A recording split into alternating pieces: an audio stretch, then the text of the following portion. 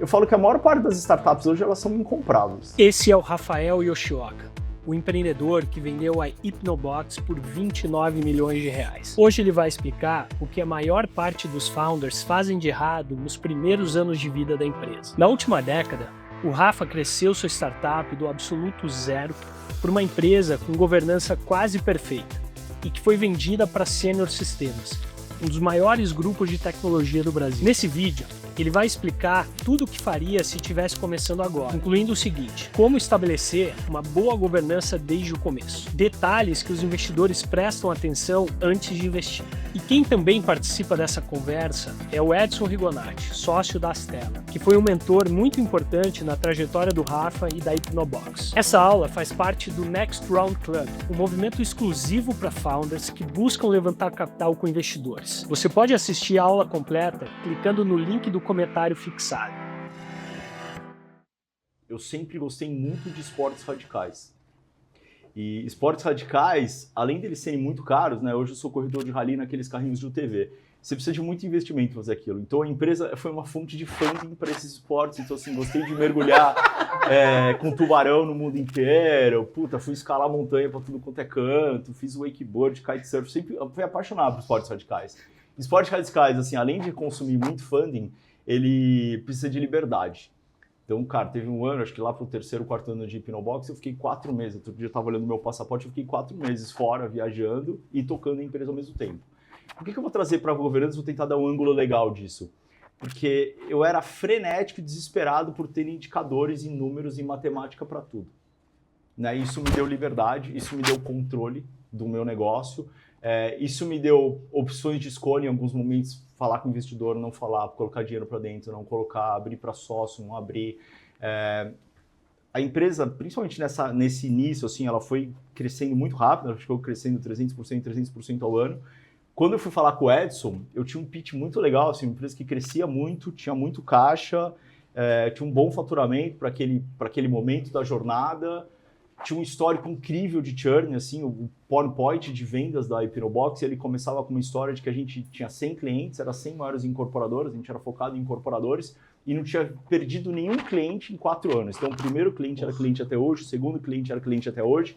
E aí também, essa questão meio que de organizar a parte de governança, ter essas alocações de recurso correto, era uma decisão bootstrapping que você não, cara, marketing e vendas é caro. Então, quando era marketing venda sendo caro, eu acabei focando em high ticket, do nicho e muito em produto. Então, tudo que a gente ganhava, eu focava no produto para ter o melhor produto bem à frente da concorrência. Então, isso me ajudou nesses anos iniciais. Só que também, e aí, por desinformação mesmo, quando eu fui falar com o Edson, né, eu cheguei lá... 2014. Quando foi a primeira 2014. vez? 2014. Cara, foi uma pessoa que me apresentou ele. Eu lembro que no final eu tava meio em estado de choque, assim, porque ele ouviu, falou 15 minutos, eu falei obrigado e fui embora, porque ele tem agenda apertada, né? Então eu usei o espaço dele da melhor forma possível. Ele foi bem educado e bem gentil, mas assim, vou tentar traduzir da minha forma aqui, mas assim, eu tinha um baita de um problema no meu negócio. Eu tinha 100 clientes, os clientes eram muito satisfeitos, estava crescendo muito, só que eu tinha 100 sistemas diferentes. Eu praticamente fazia tudo que todo cliente pedia, então por isso que esses clientes não cancelavam. Isso dava bastante dinheiro porque eles pagavam por esse investimento, só que eu não tinha um framework com uma plataforma, então no final eu tinha que ter quase 100 departamentos de TI para tocar 100 produtos, sendo que eu era uma empresa só e naquela época não tinha 10 milhões de faturamento. Então eu tinha um baita problema de produto e eu não tinha percebido isso, de verdade. Assim, a empresa estava crescendo, olhando do ponto de vista matemático ali, dava dinheiro. 6 sistemas? Teoricamente 100 sistemas. 100? 100, porque cada cliente pedia suas customizações, eu ia esticando aquilo, ia separando no servidor cada um cara, então eu ficava que nem um maluco. E a empresa começava a dar sinais que ia explodir todo esse ecossistema de sistemas. Então, quando eu falei com o Edson colocou uma foto em cima disso, assim, beleza, você está crescendo, você tem caixa, lá, só que olha para isso aqui. E aí, eu demorei 2 anos para unificar todas as customizações de todos os sistemas, criar um sistema único e migrar todos os clientes para dentro do sistema. Só que naquele momento, assim, era maluco, porque do ponto de vista financeiro, teoricamente, eu tinha um ótimo negócio, porque ele crescia, etc. Mas do ponto de vista de negócio desse ecossistema, com certeza eu tinha um baita num problema, eu não teria durado, sei lá, mais 2 ou 3 anos, provavelmente pela quantidade de problema que começou a dar essa complexidade de sistemas. quantidade de consultores, quantidade de profissionais, quantidade de gente de startups famosas que trabalhou na minha empresa nesse período todo, e o quanto que isso tem a ver com governança, porque assim, você tem um painel ali de indicadores de coisas muito importantes do seu negócio que você tem que estar sempre monitorando. Se você esquecer uma parte do painel, seja de pessoas, seja de produto, seja de financeiro, você está com uma parte, eu chamo de um cisne negro, né? Eu tinha um bode na sala ali que eu não enxergava. Porque até a pessoa que me apresentou ele, que estava participando da reunião com ele, falou, como assim? Seu negócio não vai para frente, você está crescendo, está dando dinheiro, os clientes são felizes, os funcionários são felizes. Pois é, mas está certo. O único que está certo nessa sala era ele. Os 60 pessoas que trabalhavam na empresa não enxergavam isso, a gente não enxergava isso. Então, esse conhecimento, né, agora é super óbvio, e várias coisas muito óbvias no nosso negócio, a gente não enxerga.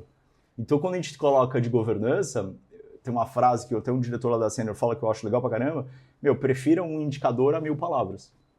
Né? Porque essa questão, essa sintomática de produto, começa a gerar refação do produto. Você começa a ter alguns indicadores que mostram um gráfico indo lá para o vermelho, que ele vem crescendo, crescendo, crescendo, tipo hora de retrabalho. Imagina, você tem 100 sistemas, são 100 manutenções, a quantidade de coisa que a gente subia com erro. Então, esses indicadores, quando eu olho o mundo de governança, eu não olho só o óbvio, que é a contabilidade, o jurídico. Cara, isso é super importante. Né? No mundo de M&A, se você não chegar lá com uma contabilidade de pé, um jurídico bem estruturado, você não vai fazer deal. Eu acho que, até olhando agora o outro lado, depois que eu vendi a empresa, uma série de empreendedores veio me conectar, querendo conversar, e eu fui tentando atender todo mundo ali. Cara, saiu muito na mídia, né? Porque a Senior Compra dá uma visibilidade no Brasil inteiro. E, cara, tem gente ali que tem mais a ver comigo, né? Pela tese que ele me manda na hora, então eu acabo ouvindo com prioridade. Eu falo que a maior parte das startups hoje, elas são incompráveis. Porque eu acho que teve alguns momentos, algumas levas de startups que tinha muito dinheiro sendo alocado para isso, então vejo até... Eu sou investidor de 4 ou 5 fundos no Brasil de Venture Capital, um deles é a Stella. Acho que teve muita gente que não tinha conhecimento desse nosso mundo de SaaS, produto, talentos, né? O nosso negócio é fomentado por talentos. É bem diferente de uma indústria que você vê ali mão de obra. A gente não tem mão de obra, a gente tem talento, a gente tem que saber lidar com talento. É um outro bicho, a outra forma de dinâmica de lidar. Então, quando eu coloco isso, acho que assim, a gente teve ciclos de Venture Capital, teve um ciclo que tinha muito dinheiro, e aí o dinheiro tem que ser alocado. Cara, é mó difícil colocar dinheiro, né? É mó difícil alocar, porque você tem uma série de requisitos, mas um dos grandes requisitos que a governança traz é um requisito que eu chamo de ético. A gente até pode investir, eu perco dinheiro, eu invisto coisas que não dá em nada e eu estou super dormindo bem com isso. O que eu não posso investir em alguma coisa é que eu tenho um problema ético. Eu tenho um problema de um cara que vai ter uma coisa ali, sabe, aquela coisa meio que vai ser bem difícil explicar, vou ter que puxar um call, falar com um monte de gente. Então, quando a gente coloca a governança coloca uma disciplina de um KPI que você está monitorando, e essa consistência dá um conforto para o investidor que assim, a gente vai ter problema. A gente não tem problema de ter problemas. A gente tem problema de um problema que não está monitorado, a gente tem problema de um problema que não tem uma destinação. Mesmo quando eu falei com o Edson, na época eu estava cutucando os fundos de Venture Capital para sentir a liquidez da Hipnobox, testar isso ao mercado, tinha investidor que estava disposto a colocar dinheiro. E eu estava fazendo conta, tipo, será que com esse problema eu preciso? Será que eu preciso? Eu não posso colocar dinheiro mais para frente com esse problema resolvido? Porque a gente resolveu esse problema. E aí resolver esse problema de produto fez a gente triplicar a empresa. Mas eu tinha caixa, eu tinha capacidade de analisar isso, eu tinha capacidade de comandar essa execução para pular esse momento, né? A principal diferença que eu vejo no dia a dia de bastidores é muito essa questão assim, os caras que são bons, eles têm uma intenção, eles têm uma proatividade, estão preparados. Não é um processo de M&A, processo de captação em qualquer estágio, não é metralhadora,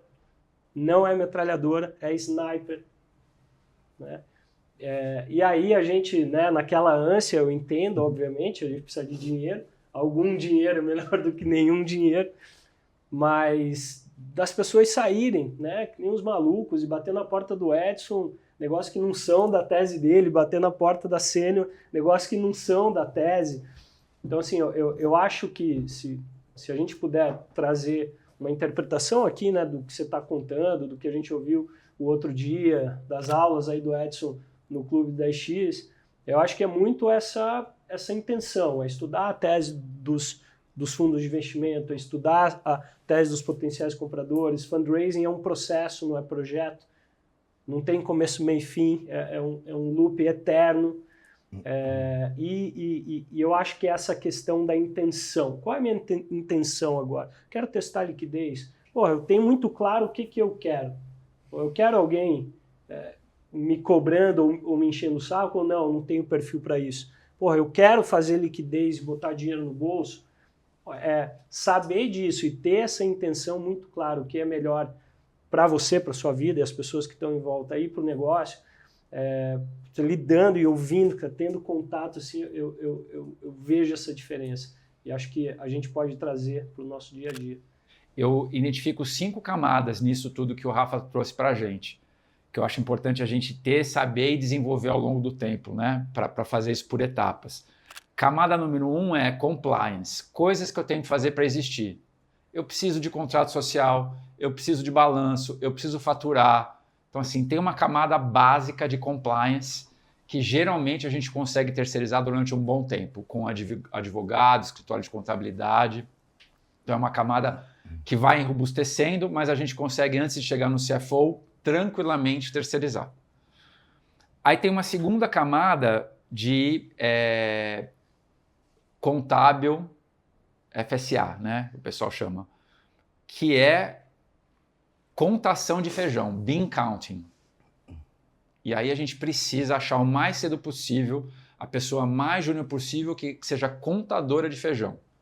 Que é aquela pessoa que não deixa sair nada, aquela pessoa chata, que quer organizar tudo, né, onde é que falta. E a gente acha muita gente júnior muito boa disso logo de cara.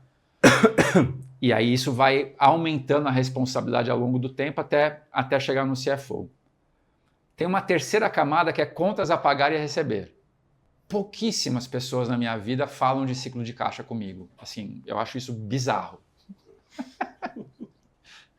Assim, poucas pessoas, quando a gente está conversando de dinheiro, entendem o ciclo de caixa do negócio. Do dia que um dinheiro entra, quanto tempo demora para ele voltar, né? E fazer contas a pagar e receber é isso. É muito difícil terceirizar isso no começo, geralmente tem que estar na mão do founder ou de um dos co-founders. E isso vai crescendo até chegar na mão do CFO. A quarta camada é a camada de analytics, que é saber instrumentalizar o departamento de vendas, de produto e de customer success com as métricas necessárias para o negócio tocar. E as métricas necessárias para saber explicar o modelo de negócio da empresa. Muitos founders têm muita dificuldade disso, de falar de unit economics, de falar de quais são as principais métricas do negócio e como essas principais métricas do negócio cascateiam para produto, vendas e customer success. Esse não tem como, é muito difícil terceirizar. Vocês têm que ter, vocês têm que absorver. E a quinta camada é relacionamento estratégico, que é esse desejo de estar se relacionando com gerente de banco, que é a mesma coisa, né? Assim, crédito também vem de relacionamento, investidor, comprador. Então, assim, vamos pensar nessas 5 camadas, as 5 camadas para o meu estágio, o que é necessário fazer hoje para não complicar. Desde o pre-seed, existe as 5 camadas. Tem que ter. Desde o começo. Cara, não é uma coisa gradual. Você tem faixas de karatê, né? Você tem que começar a faixa branca em tudo. E aí você vai até chegar no faixa preta, que é quando a gente tem CFO, tem conselho, né, Fernando? Mas assim, até lá a gente tem que achar um jeito, nem que se for mambembe, de fazer essas 5 coisas. Vai tirar casaco? Vai casar.